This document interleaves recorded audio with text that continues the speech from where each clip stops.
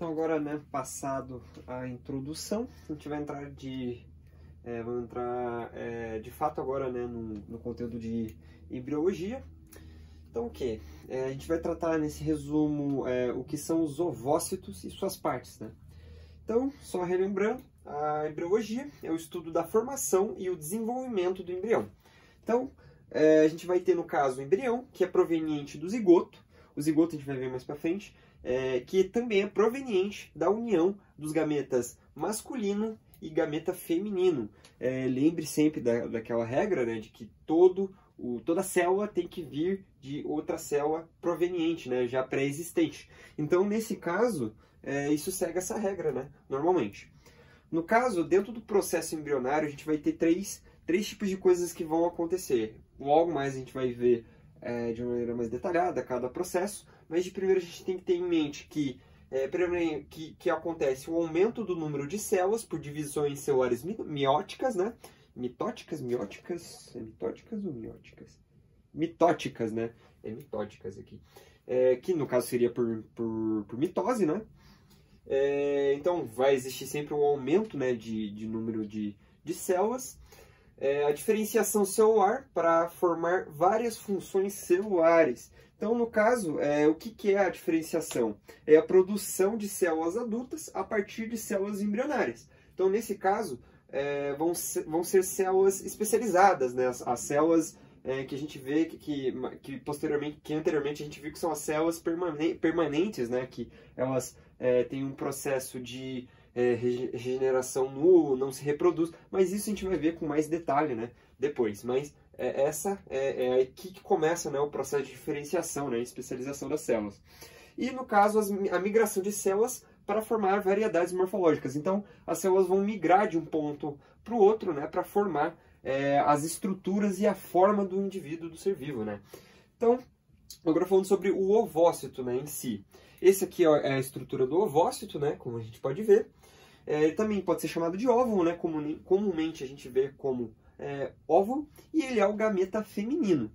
Eles geralmente são volumosos por conta da quantidade de material, né, isso nos animais, pela quantidade de material nutritivo, que são chamados de lécito ou vitelo, né. A gente vai ver mais pra frente, né, que essa região aqui em azul, a gente vai ver detalhadamente.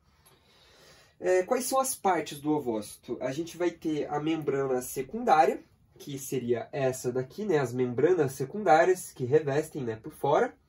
Elas têm a função de revestimento e proteção, né, do embrião. Eles são compostos por estruturas químicas variadas de acordo com o animal, né? Então, por exemplo, nos artrópodos é uma camada de quitina. Já nas aves é o carbonato de cálcio, né? Como a gente está vendo aqui. A parte branca, né? A parte de fora do ovo, né? Seria o carbonato de cálcio. Veja que é diferente, né, dos artrópodos, que é feito de quitina, né? Um material quitinoso.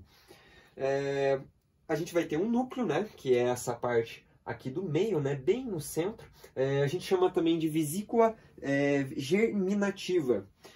Onde se localiza o material genético, né? O DNA, que é responsável pelo desenvolvimento do ser vivo. Então é o DNA, né? Que vai ficar com o ser vivo até o desenvolvimento, né, final do embrião.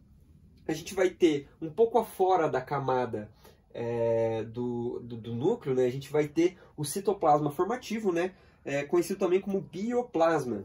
Ele se divide junto ao núcleo para formar o indivíduo, né? Então é isso daqui que vai estar se dividindo junto ao núcleo para formar o indivíduo, né, o ser vivo. A gente vai ter o citoplasma nutritivo, ou vitelo, ou lécito, ou deutoplasma, né? Bastante nome para decorar. Essa parte mais externa aqui, né? Já dentro do centro, que é responsável pela nutrição do embrião. Então é aqui que vai existir, né, os nutrientes que são necessários para o desenvolvimento, né, do embrião.